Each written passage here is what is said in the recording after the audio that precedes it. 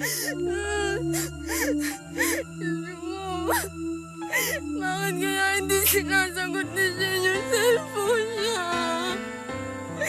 Saan na ako pupunta ron?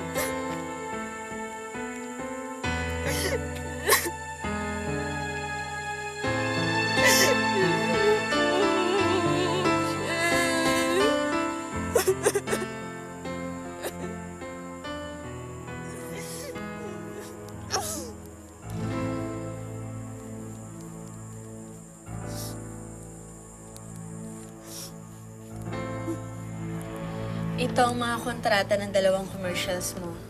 Pirmahan mo na para makapag-shoot ka na. Sige po. Nakakatuwa naman. May commercial na ako. 2 pa. Sikat ka na kasi, kaya pinag-aagawan ka na. Oo nga eh. Hindi rin ako makapaniwala. Honey, saan ka ba nakatira? Sinong mga magulang mo? Saan ka nag-aral?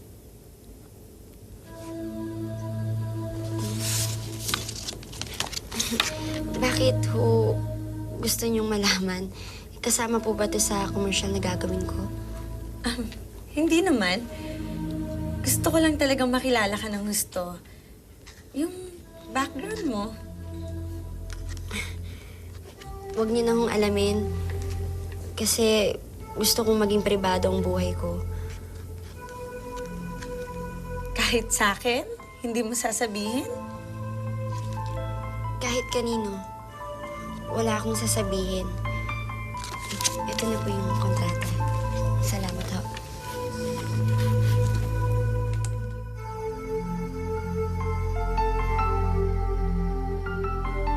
Thank Diyos you. mo. Thank you. Thank you. Nagulat naman ako ha. Pinatawag mo ko. May kailangan ka ba sa akin? Gusto kong mag-arrange kayo ng meeting kay Atty. Mendres. You mean nagbago na isip mo?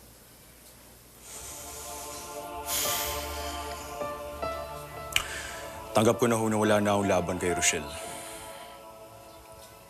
Willing na po ako ipagbilis sa ibang tao ang kumpanya ko. Aba, maganda yung desisyon na ginawa mo.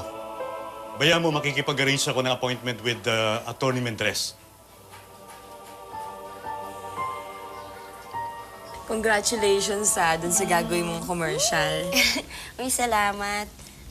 Aalis na ako kasi may pupuntahan pa ako eh. Sana kwentuhan muna tayo. Pero sige na nga, next time Sige, next time. Bye-bye. Bye-bye. Oh, honey, nandito ka pala. Hindi ko rin akalain na magkikita ulit tayo, Misteria. Oo nga pala, honey. Magmi-meeting ulit tayo tungkol sa commercial mo. Sige. Basta inform niyo lang ako. Commercial? Anong commercial? Hindi niya alam. Oh my God, hindi mo alam? Gagawa si Honey ng 2 commercials. O, di ba? Parang magkapantay na lang kayong dalawa. As in, halos parang magka-level na nga lang kayo eh. Oo nga. Ay. Excuse me. Anong magkapantay? Anong magka-level? Huwag niyo nga akong ikukumpara sa babaeng to. Iba siya. Ako ang star ng kumpanyang to, hindi siya. I see. Pabayaan mo siyang mag-ilusyon, Jiro. Libre lang naman ang mangarap. Anong ilusyon ang pinagsasabi mo? Ikaw, isa kang malaking ilusyon, Misteria. Baka akala mo, hindi ko alam na pangit ang boses mo. Na gumagamit ka ng ghost singer. Na nanloloko ka ng mga tao. Sige na nga, ikaw na nga ang star. Pero isa kang bituin na papalubog na. Dahil nandito na ako. Kapal ng mukha mo? Ang kapal din ang mukha mo! Walang iya ka! Ano? Ang kapal ng mukha mo, walang iya ka? Kabago-bagong pa lang, ganyan na yung asal mo? Konting sikat lang yan! Ganun talaga. Pero alam mo, isa kang peke, Misteria. Tama na! Tumigil na nga kayo! Ano ba? Iisa lang ang kumpanya nyo. Kaya pwede ba wag na kayong mag-away? Bati na kayo. Ayoko! Makikipagbati ako sa aas, pero hindi sa babaeng yan! Lalo naman ako. Pero, mas gugustuhin kong maging ahas na lang para matuklaw kita. Isa kang impostora. Honey, Taray na lolahanin mo, no? Ganda ng light. Tumigil nga kayo!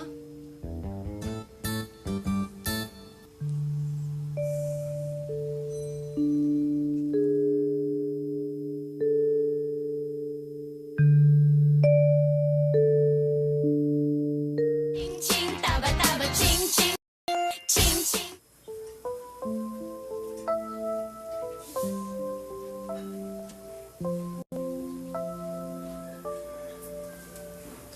Shine? Shine? Ikaw umiiyak. Wala, kuya. Nalulungkot lang ako. Bakit?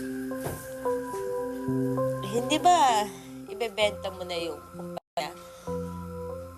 Kaya lang, ganito pala ang feeling.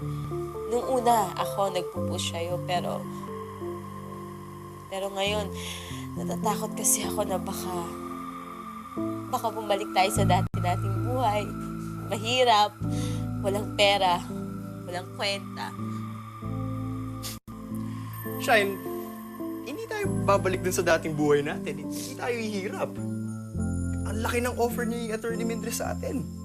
20 million yung binibili ang kumpanya natin. Paano tayo maghihirap nun? 20 million? Oo. At imagine mo para sa isang naluluging kumpanya, ang laki pa nga ng kinita natin eh. Kuya, ang bobo pala talaga nung Attorney Mendres na yun. Kuya, naisahan natin siya. Na-meet mo na ba siya? Well, hindi pa. Pero yung abogado natin, nag-set na ng appointment. So, anytime soon, makikilala na natin tong bobong Mendres na to. Akala ko pa naman maghihirap na tayo. Relax ka lang.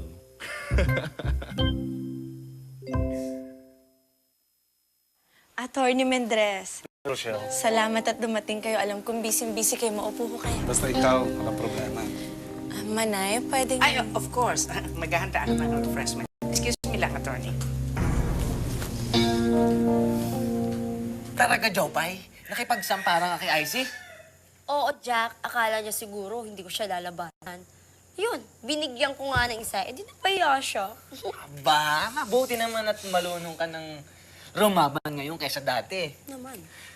Paano? Sample nga. Sige. Paano yung ginawa mo kay Icy? Sample? Sample. Ganito. Oo. Ganito. Paano ginawa mo? Eh di nagsasagutan kami, di Sagutan ba? kayo. Tumayo ako sa Tumayo harapan niya. ka sa harapan niya. Sinampal niya ako. Sinampal ka. Eh di, sinampal ko din siya. Ako sinampal mo eh. Ay, Masakit. sorry.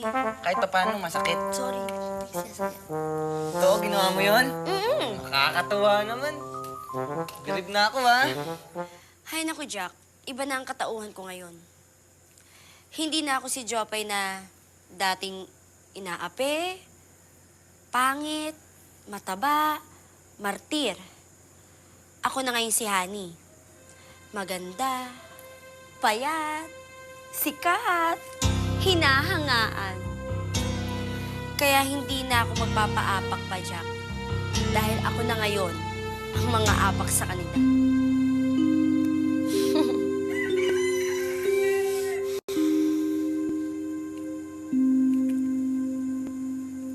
Kinagat na ni Ronald ang paing ko, kaya handa na siyang makipag-deal sa akin. That's good news, Attorney Mendres. Sa wakas, natupad na rin matagal kong pinapangarap.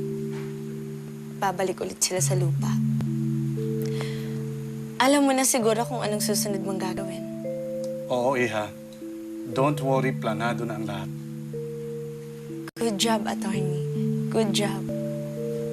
Ching ching, taba taba, ching ching, taba taba, taba ching, ching ching. Paano na kaya ito? Nagugutom na ako. Wala na akong pera.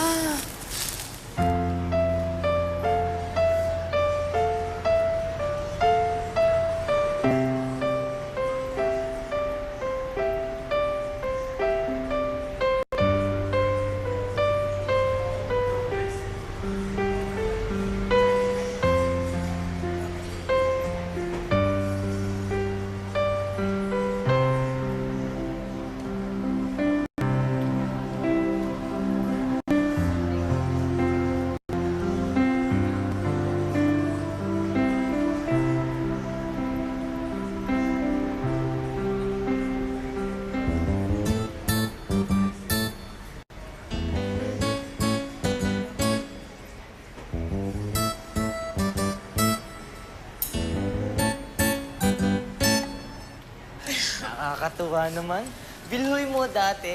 Ako nang re-reble sa'yo, tapos ngayon ako na ang nireble mo. Siyempre naman, no, dapat nailibre kita kasi alam mo naman malaking utang na loob ko sa'yo, di ba? Uncle Jack! Buti po nakita kita. Jack? Sino siya? Kilala mo ba yan? Honey? Di ba ikaw si Honey? Uncle, di ba siya si Honey?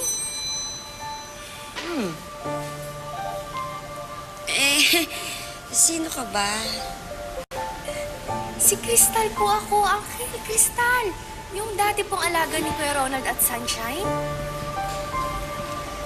Crystal? Ikaw na si Crystal? Oo, ako nga. Naku, pasensya na kayo sa itsura ko, ha.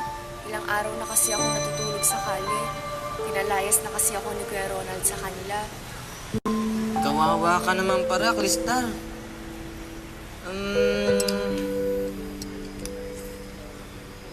Gusto mo? Sa bahay ka muna tumila? Ampulin muna kita. Talaga, Uncle? Naku, hindi ko po tatanggihan yung alok niyo. Salamat po, Uncle. Bakit mo naman siya patitirain sa atin? Hindi mo naman siya kaano-ano, di ba? Pabayaan mo na lang siya dito. Hayaan mo siyang maging palaboy. Dahil karma niya to masama kasi ugali niya. Crystal, sandali lang, ha? Ano ka ba? Ano ba? Ano ka ba? Bakit naman ganun ka sa kanya? Eh, di ba nga? Ang laki niya atraso sa akin ng babaeng yan. Eh, ngayon nga baliktad na sitwasyon. Siya na ngayon nasa ilalim. Kaya kailangan ng tulong. Ay, nako, Jack.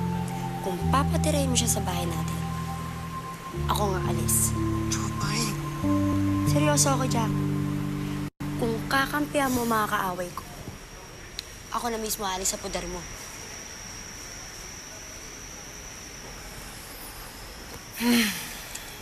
Sige na. Di ko na ipipirit ang gusto ko. Ang darirang, umupo ka muna dyan. Crystal, pasensya ka na. Hindi para pwede. Malaming problema sa bahay eh. Pasensya ka na. Ito. Ito, tanggapin mo muna to. Pasensya ka na din na. Pasensya na ulit. Ito lang yung raman ng pela ko eh. Nung waret ko para. Pagbili ko pa dapat to ng sa'yo na. Pasensya ka na dyan, ha? Bili mo ng malaming pagkain. Jack! Salamat po. Pasensya na, Crystal, ha? Bakit Jack! naman po ganyan yung kasama niyo? Parang galit po sa akin. Eh, hindi. Hayaan mo siya, hindi siya garit. Ganyan lang talagang ugali niyan. Ha? Pasensya ka na, Crystal, ha? Jack! Oo na.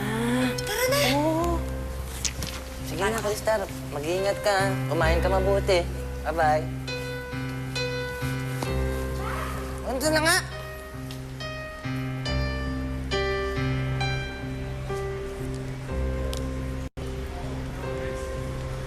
Narito ang 20 million, Ronald. Duly signed by my client. Pakireceive lang.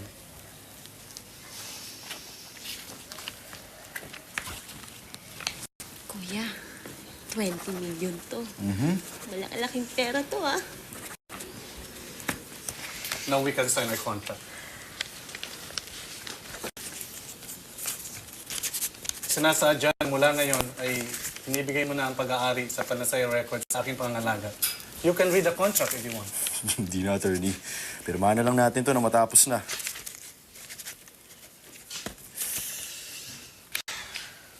Now we're done. Siguradong matutuwa ang kliyente ko nito. Pwede kong malaman kung sino nga pala yung kliyente nyo? I think kilala niyo siya. Sino? Ako?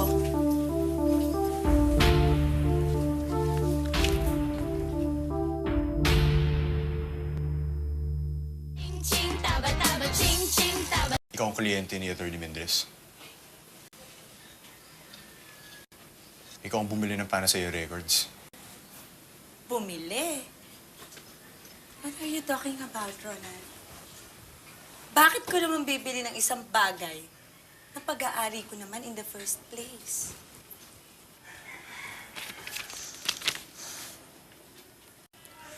Pero, Mukha ka talagang pera, Ronald. Hindi ka nag-iisip kung totoong tao ba ang nakapirma sa cheque na yan o kung totoo ba ang cheque na yan. bakit hindi mo subukang humabol sa bangko? Deposit mo. Kung may laman. Walang iya ka. Kuya!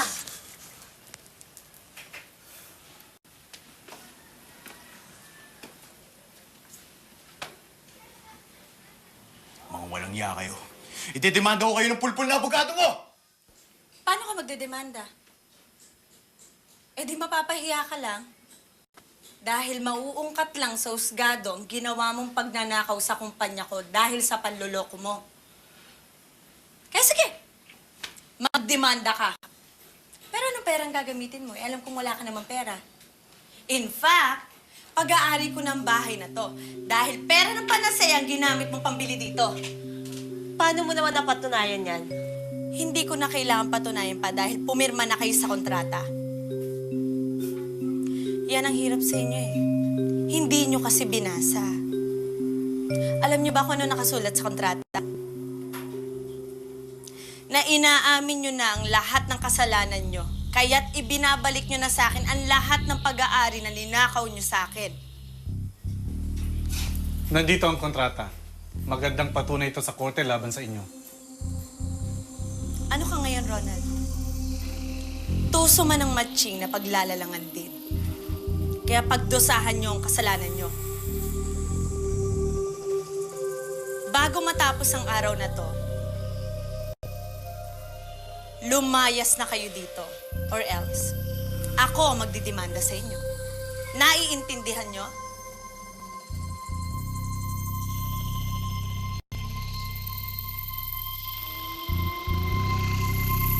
Eh bakit naman sinabi mo yun sa kristal na yun? Jopay, imbis na kaawaan mo sinumbatan mo pa. Sige, Daddy Lord. Pagaritan niyo po yung si Jopay. Tumimik ka dyan. Dad, inapiyo ako nung kristal na yun dati. Kaya gumanti lang ho ako. Ngayon, alam na niya kung ano yung pakiramdam na ng isang mataba at nilalait. Sigurado ako pinagsisisihan na niya lahat ng ginawa niya sa akin. Abay, hindi mo kailangan gumante. Wala sa'yo mga kamay ang gumante. Dad, kailangan gumante, no? Dapat gantihan ko yung mga taong nakit sa akin noon. Ngayon pa, nasa akin na lahat.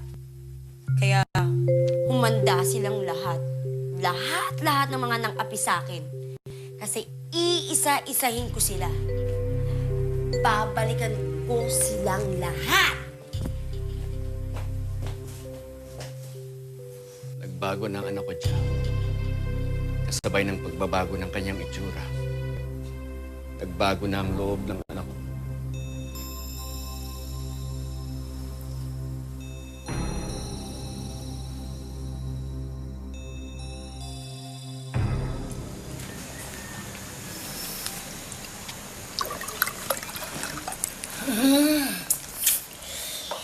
Ang sarap talaga. Matagal na rin naman ako hindi nakakainom ng red wine, Rosette. Kasi, may isi-celebrate tayo. Ano ba sineselebrate natin, ate? Manay, Jiro, gusto kong malaman nyo na simula ngayon, pag-aari na ulit natin ang dati nating kumpanya, ang Panacea Records. Nabawi mo ang lahat ng yon sa ulupong na Ronald na yon? Lahat-lahat? Hindi lang ho yun. Pati ang tinitirhan nila ngayon, sa atin na. Kaya sa pusali na sila titira ngayon. Dapat lang yung ate. Sa mga ginawa nila sa'yo, sa atin, kulang pa yung ganti natin.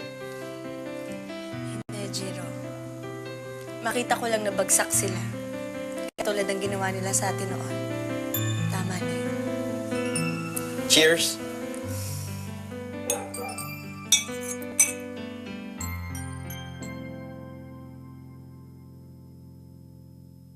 Ching, taba, taba, ching, ching, taba, taba, ching. Ching, ching.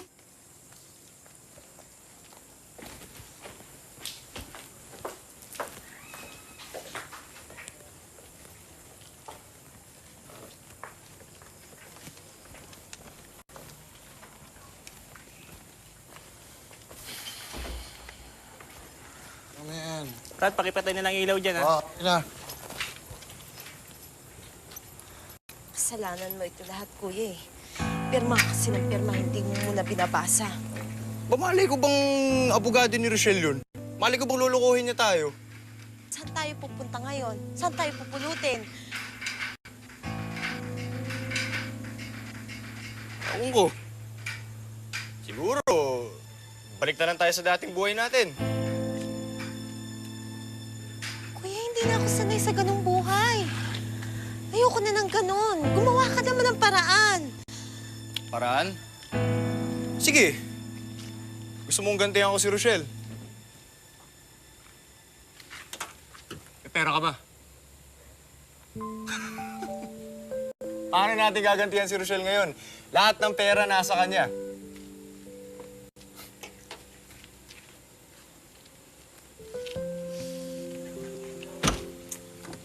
Oy, Jing. Sir, Saan ka pupunta? sasama po ako sa inyo. Hindi ka pwede sumama sa amin. Bahala ka na sa buhay mo. Sir, wala po akong mapupuntahan, sir. Sama na lang po ako, Ay, hindi. sir. Huwag na huwag kang papasok yun sa kotse namin. Umalis ka na. Sir, paano naman ako? Ewan ko sa'yo. Bahala ka. Uy, Shine. Ano? Tara na.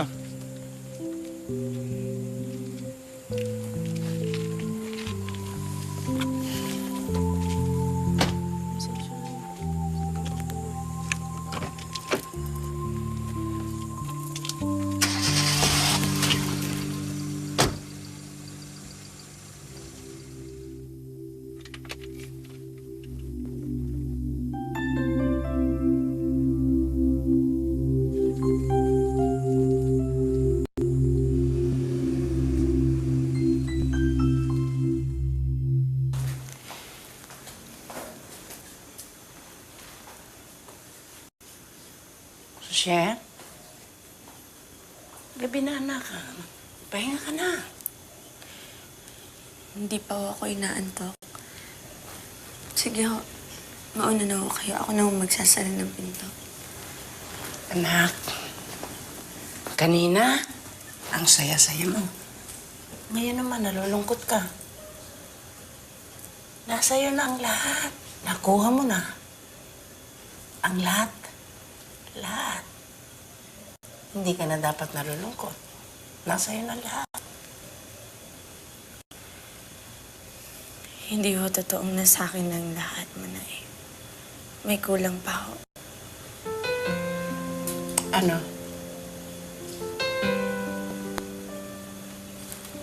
Si Henry?